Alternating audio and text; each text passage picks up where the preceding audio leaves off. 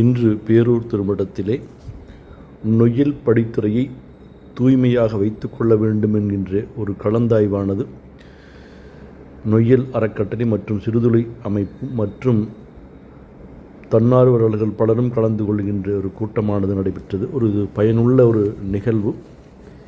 ஏனென்றால் மூதாதையர்களுக்கு இங்கு தர்ப்பணம் கொடுக்கப்படுகின்ற அந்த படித்துறையிலே மிக ஏராளமான தங்களுடைய ஆடைகளை இங்கு போட்டுவிட்டு செல்கின்றார்கள். ஆகவே நதியானது மாசுபடுகின்றது.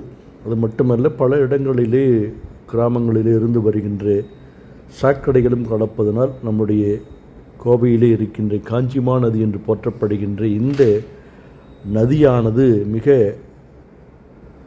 பயனில்லாத ஒரு தண்ணீராக ஓடிக்கொண்டிருக்கின்றது. இது சுகாதார கேடு மட்டுமல்ல, முன்னோர்களால் நமக்கு இயற்கையாக வழங்கப்பட்ட இந்த நதியானது இன்று தன்னுடைய தன்மையில் இருந்து முற்றிலுமாக சிதைந்து கொண்டிருப்பது கண்கூடாக பார்த்து கொண்டிருக்கின்றோம். இதற்கான ஒரு நல்ல முயற்சியாக இன்று பேரூர் திருமடத்திலே நடைபெற்ற இந்த கூட்டத்திலே பல்வேறு சான்றோர்கள் கலந்து கொண்டது பயனுடையதாக இருந்தது. எப்படி அதில் இருக்கின்ற ஆடைகளை மற்றும் அதிலே போடப்படுகின்ற அந்த தூய்மையற்ற பொருள்களை எடுத்து எப்படி ஒரு தூய்மையான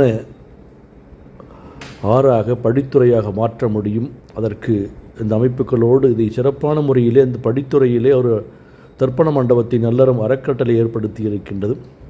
ஆகவே இது பலரும் இணைந்து செய்ய வேண்டும் என்கின்ற நோக்கத்தோடு இன்றைய கூட்டம் நடைபெற்றது. ஒரு பயனுடைய செய்தி. ஆகவே நீங்கள் மக்கள் இதில் ஒரு விழிப்புணர்வாக இருக்க வேண்டும். அங்கு நீங்கள் இதை கேட்கின்ற அன்பர்கள், தர்ப்பணம் செய்வதற்காக முன்னோர்களுக்காக அங்கு செல்லுகின்றவர்கள் அங்கு தங்களுடைய ஆடைகளையோ பிற பொருள்களையோ ஆற்றிலே போடக்கூடாது. இது நம்முடைய ஆறு, இது கோவையினுடைய சிறப்பு, இந்த நொய்யல் காஞ்சிமா நதி. ஆகவே இந்த ஆற்றை நாம் தூய்மையாக வைத்து கொள்ள வேண்டும் என்கின்ற ஒவ்வொருவருக்கும் இந்த பொறுப்பு உள்ளது. ஆகவே இதை கண்டிப்பாக நீங்கள் பலருக்கு இந்த செய்தியை பகிர்ந்து செல்லுமாறு கேட்டுக்கொள்கின்றோம். மிக்க மகிழ்ச்சி.